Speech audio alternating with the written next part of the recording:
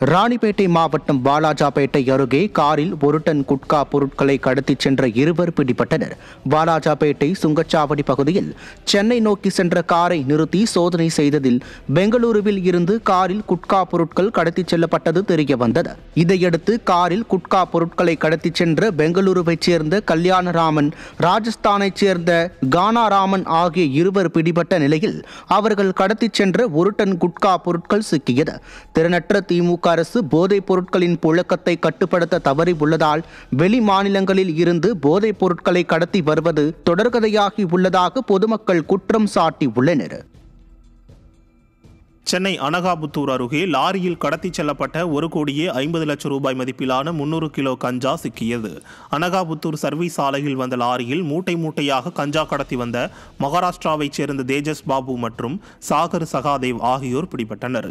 இருவரிடமிருந்தும் ஆந்திராவிலிருந்து கடத்தி வந்த சுமார் 1,50,00,000 ரூபாய் மதிப்பிலான 300 கிலோ கஞ்சா சிக்கியது.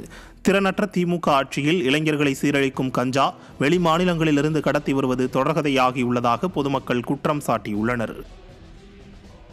ராணிப்பேட்டை மாவட்டம் அரக்கோணத்தில் போதை மாத்திரைகளை கடத்தி வந்த 5 இளைஞர்கள் சிக்கினர். சென்னையைச் சேர்ந்த சரண், சந்திரசேகர், சஞ்சய், அருண் பிரகாஷ், ஸ்ரீதர் ஆகியோர் போதை மாத்திரைகளை விற்பதற்காக கடத்தி வந்துள்ளனர்.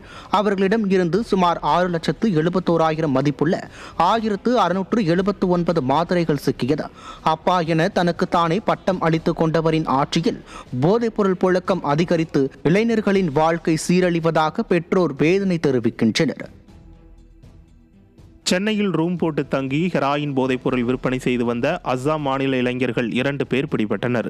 மீனம்பாக்கத்தில் ஹெராயின் உட்கொண்டு போதையில் சென்ற பழைய குற்றவாளி ஒருவனை பிடித்து விசாரித்ததில் தேனாம்பேட்டையில் செக்யூரிட்டியாக இருக்கும் முபாரக் அலி மூலம் ஹெராயின் வாங்கியதாக தெரிவித்தான். இதையடுத்து முபாரக் அலியை பிடித்து விசாரணை மேற்கொண்டதில் அவன் கொடுத்த தகவலின் பேரில் எழும்பூரில் உள்ள ஒரு ஹோட்டலில் ரூம் எடுத்து தங்கி ஹெராயின் விற்பனை செய்து வந்த மன்சூர் இஸ்லாம் என்பவனை பிடித்ததுடன் அவனிடமிருந்த 25,000 கிராம் ஹெராயின் போதைப்பொருளும் பறிமுதல் செய்யப்பட்டது.